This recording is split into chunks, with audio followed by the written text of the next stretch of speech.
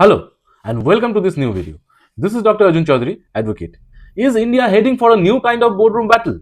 Not in the corporate world, but in the realm of religion and law. While the Waqf Board enjoys wide-ranging powers, there is a rising demand for a Sanatan Board, a Hindu counterpart with similar legal rights and administrative powers. But is it legally viable or just another political flashpoint? Let's break this down. The Waqf Board, as many of you know, is a statutory body under the Waqf Act of 1995, governing Muslim endowments across India. It manages thousands of properties, mosques, graveyards, dargahs, schools, and commercial properties, and even receives government aid. Now, here's the twist. In recent months, several Hindu groups and right-wing thinkers have questioned, why does only the Muslim community get such a board?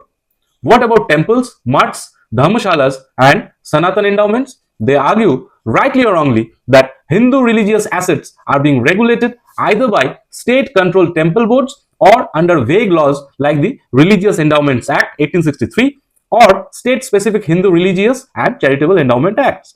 But there is no unified autonomous body like the Waqf Board for Hindus at the national level, and thus the call arises, create a Sanatan Board. The demand has been raised by various Hindu organizations, including the Akhil Bharatiya Sant Samiti, Sanatan Sanstha, and certain RSS affiliated thinkers. The argument is this: why should only one community get exclusive control over its religious properties while Hindu temples are taken over by the government boards, sometimes run by the bureaucrats and even non-Hindus? This has further intensified after several viral videos showed that Waqf boards have allegedly claimed ownerships over private or disputed lands, including temples, schools, and government plots. This outrage has now become a legal and political campaign. Let's get to the legal code.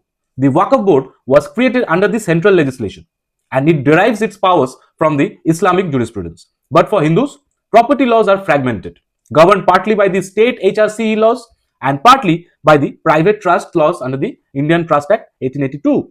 To create a Sanatan Board, Parliament would have to pass a new central law, something like a Sanatan Dharma Board Act. However, Article 26 of the Constitution allows every religious denomination to manage its own affairs, but the state can regulate them under public order, morality, and health. So yes, it is legally possible, but politically explosive. And here is where the fireworks begin. Opposition parties, especially the Congress, DMK, and other regional parties, have called this demand communal and unnecessary. They argue that such a move would polarize communities and turn religion into a governance model, which could be dangerous in a secular democracy. On the other hand, leaders from the BJP, including some MPs and MLAs, have publicly supported the idea, saying it's high time Hindus should get equal constitutional rights as well as institutional rights. Some have even demanded a judicial probe into the Waqf properties and questioned why Waqf boards can act like a parallel government while temples are micromanaged by the state authorities. In states like Tamil Nadu and Andhra Pradesh, Hindu temples generate crores of rupees every year, but are controlled by the state departments and not autonomous boards. In contrast, the Waqf boards control over 6 lakh acres of land across the country, including prime areas like Delhi, Hyderabad, and Mumbai. A 2023 controversy in Karnataka erupted when the Waqf Board claimed 29 acres of a temple land, triggering outrage and renewed demands for a Sanatan Board.